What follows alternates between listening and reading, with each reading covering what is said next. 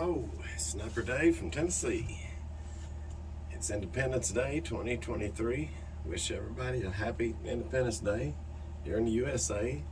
In honor of that, I want to show you something that I came across recently, a Rossi R92 Gold 357 Magnum. I've always wanted a 92, looked at them for a long time, never pulled the trigger on one, so to speak. This one kind of fell into my lap. I was doing some trading. An extra special, nice individual itself. Watching some YouTube videos on the rifle. Some little quirks or some little minor repairable defects. Some people have them, especially with wood to metal fit.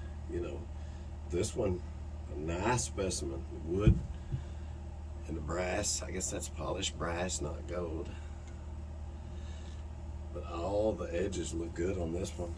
Got guys sanding them down, darker stains, something to bring out the grain. I think I'll leave this one just like it is. I think it's real pretty. Fit and finish are awesome on this one.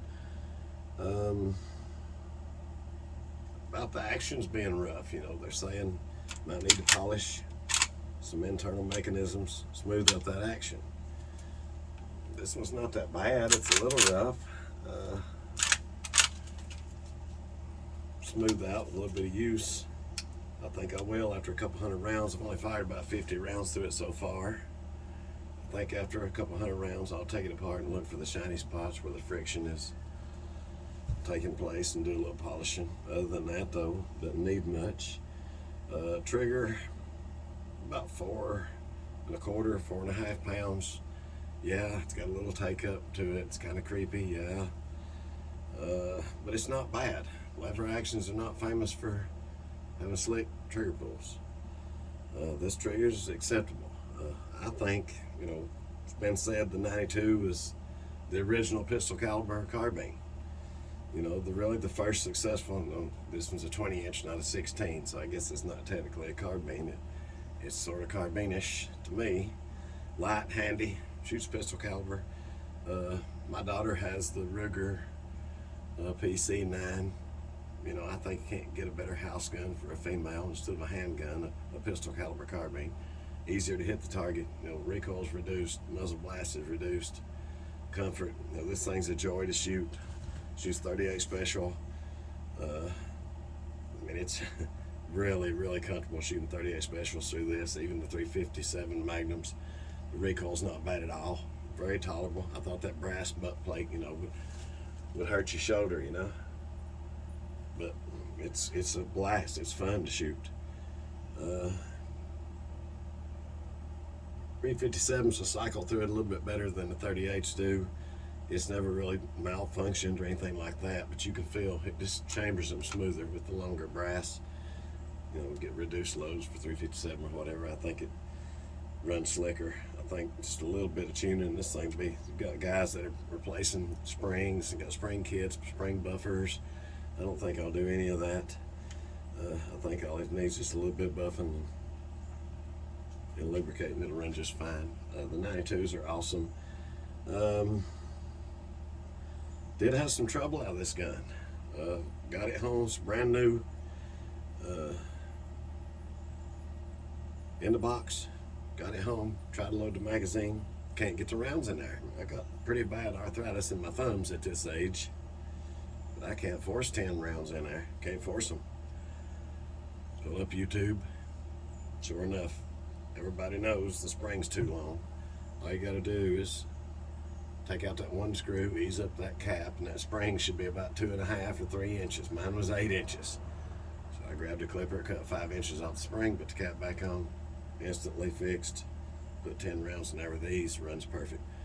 Why would Rossi put the spring too long in there? I don't know. But it really wasn't that hard to fix. Only took a minute.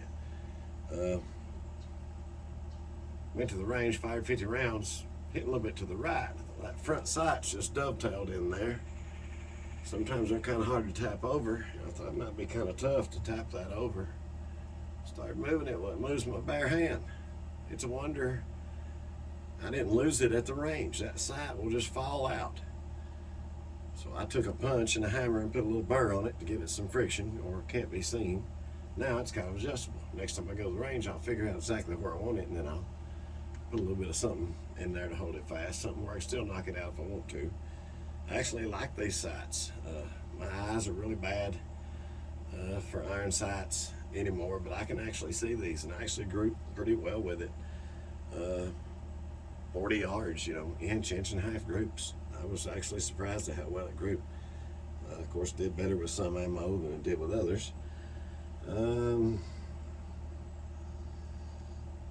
couple of problems, I guess a lot of people, and that's what you find out about these Rossi 92s, be frustrated. Hey, I paid, whatever, $800 of my hard-earned dollars for this thing. I can't even put ammunition in it. The sight fell out. Yeah, it's not cheap to manufacture these things. This is a great deal right here. This is a great deal. I can fix a few little minor eccentricities. I got a 92 for $800 or so, and a pretty one at that. Excellent. You can pay somebody to fix it for you, I guess, or you can pay more money to get a Browning, maybe. I think it's this particular specimen is quite slick. I do have some vintage ammo here. A Remington 158 grain lead round nose. Now this is an old box here, $13.99. I got in a trade with an old timer or something. 50 round box. I'm thinking maybe I shouldn't shoot these. They're vintage. I might ought to keep them. Unused. They're valuable. These are probably early 80s, probably 40 years old. Might want to save those. Well, nah. Let's shoot them. It does have this little child lock here, and I don't even call that a safety. I call it a child lock. It does have that. You can turn that on and ignore it if you wish. The new ones do have that. I'm going to try to ring that piece of steel out there at 30. With the Remington, the vintage box of Remington 38 Special lead round nose 158 grain.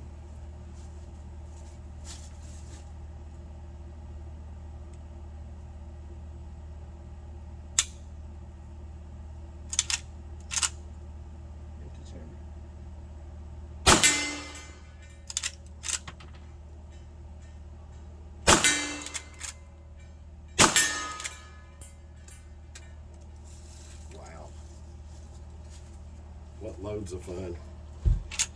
I think a little break-in, a little polishing on the inside. I don't think I'll replace any springs or change the trigger. It's about 4 pounds. I think for a house gun or something for that application, maybe some light deer hunting. Nice little classic, beautiful rifle. Don't mind the little tinkering it'll take to get it just the way I want it. Don't mind it at all. Great deal from Rossi. Big thumbs up from Sniper Dave. Thanks for watching.